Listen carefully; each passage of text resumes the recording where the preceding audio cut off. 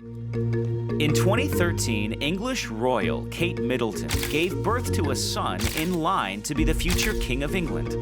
The news of his birth was an enormous spectacle. It was broadcast for days to every country on the planet. Heads of state from around the world sent their congratulations. Prince George was born at St. Mary's Hospital in London. In sharp contrast, the woman St. Mary's Hospital was named for gave birth to her son in far more humble circumstances. Her son's arrival was hidden from the powerful and well-connected and proclaimed only to humble shepherds in the dark of night. For unto us a child is born, unto us a son is given, and the government will be upon his shoulder, and his name will be called Wonderful, Counselor, Mighty God, Everlasting Father, Prince of Peace. The prophet Isaiah, 700 years before the birth of Jesus. What an incredible picture of Jesus, written about 700 years before his birth. A royal birth that came without fanfare to a setting that was truly humble.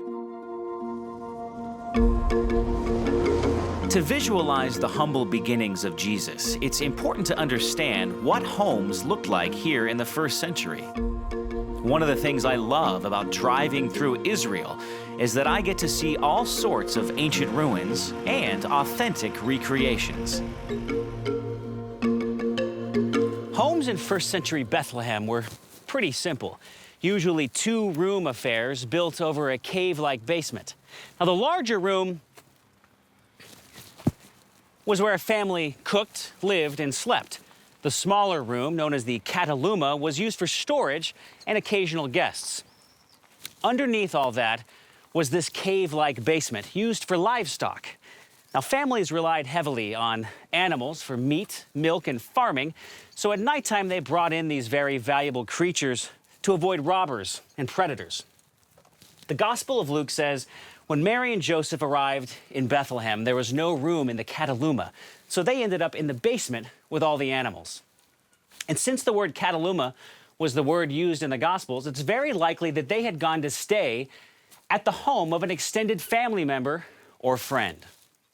Now, the Roman census was creating a lot of chaos for an awful lot of people.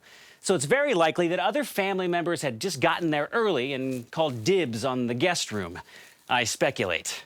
At any rate, in a cave, surrounded by animals, is not where most mothers would choose to have their baby. So now you have a picture of the humble setting for Jesus' birth about 2,000 years ago. A birth foretold to occur in the town of Bethlehem, just a few miles outside of Jerusalem.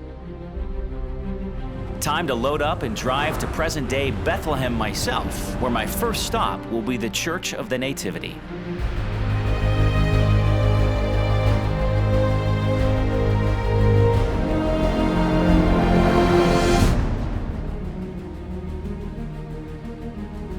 Now, in order to get to the Church of the Nativity in Bethlehem, you have to pass over into the Palestinian territories. Now, in order to do that, you have to go through armed security and through the wall that Israel built to divide the two. It's an impossible to ignore reminder of the tensions that exist between people groups. You are viscerally aware that you're not in Kansas anymore. Not that you were in Kansas before, but anyway. When you emerge from the other side of the wall, you'll see a long line of taxis who will take you to your destination for a reasonable fee. You know, things could always change, but every time I've gone into Bethlehem, I've met wonderful people and I've brought back wonderful memories of this very special place on earth.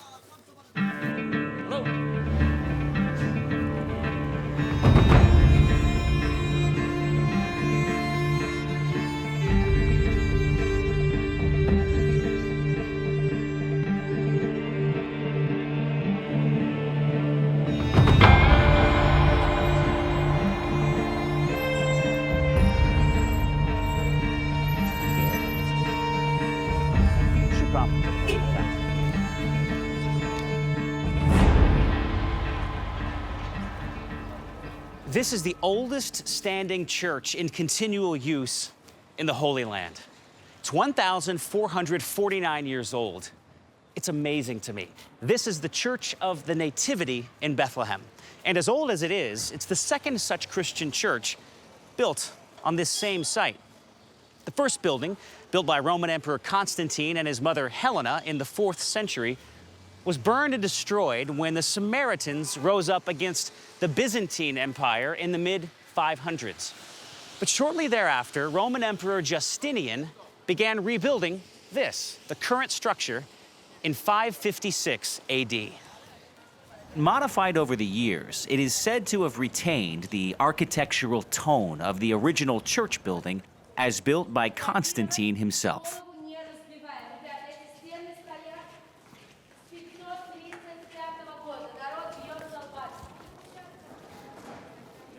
But look, a piece of the old church survived.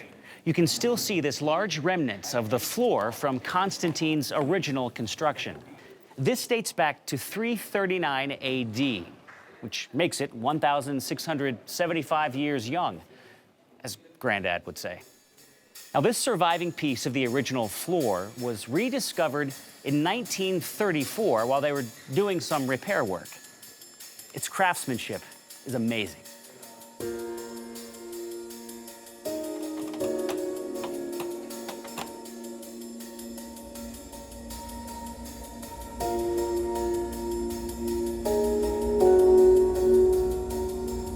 According to very early tradition, Mary gave birth to Jesus in a cave just beneath this altar. Now, this cave, or grotto, as it's known here in the church, is marked by a 14-point silver star. Now, as the genealogy of Jesus is described in the Gospel of Matthew, the 14 points of this star represent the 14 generations from Abraham to David, 14 from David to the Babylonian exile of the Jewish people, and 14 from the exile to the birth of Jesus.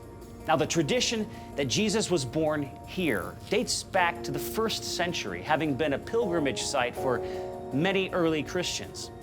In fact, Christian apologist Justin Martyr, who lived from 100 to 165 AD, along with other church fathers, identifies this as the site for Jesus' birth.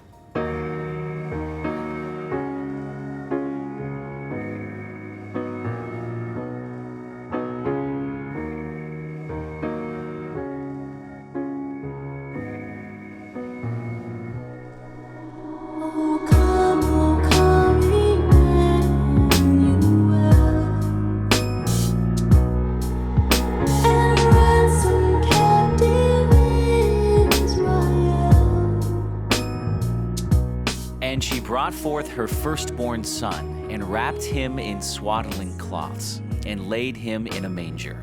Luke 2:7.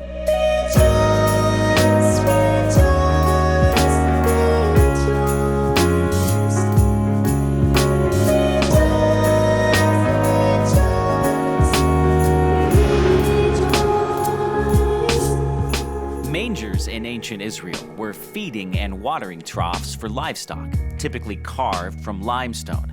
In fact, you can still find a number of stone mangers at archaeological sites in Israel today. In Christmas scenes today, the mangers are usually represented to be made out of wood. That's probably because we tend to visualize things with a Western perspective. But whether it was wood or stone, a manger is generally used for feeding livestock, and not as a crib for a baby.